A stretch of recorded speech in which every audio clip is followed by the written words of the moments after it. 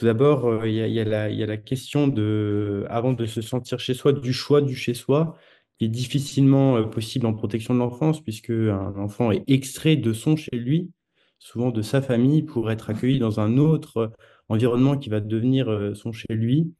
Et là, bien évidemment, c'est difficile de demander à un enfant de choisir cet endroit, bien que je pense qu'il y a quelque chose à réfléchir autour de la question de ce choix, puisque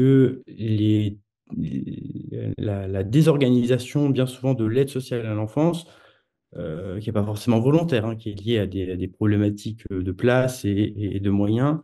Néanmoins, cette désorganisation conduit les enfants à être dans des espaces d'attente, dans des structures d'accueil temporaires, où ils n'arrivent pas à pouvoir se sentir chez eux, puisque eh bien, ils peuvent être à tout moment envoyés vers un autre endroit où ils devront faire chez eux. Et notamment, ça a des implications dans les chambres de ces enfants.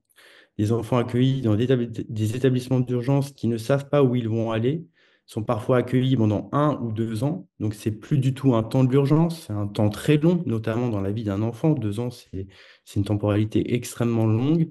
Eh bien, ce sont des chambres, lorsque vous rentrez dedans, lorsque l'enfant vous autorise à entrer dans cette chambre, ce sont des chambres où il n'y a pas de décoration. Comme l'enfant sait qu'à tout moment, il peut être envoyé dans un autre chez lui, eh bien, il ne s'approprie pas cet espace qui ne devient pas son chez lui et donc il ne décore pas évidemment à sa mesure, hein.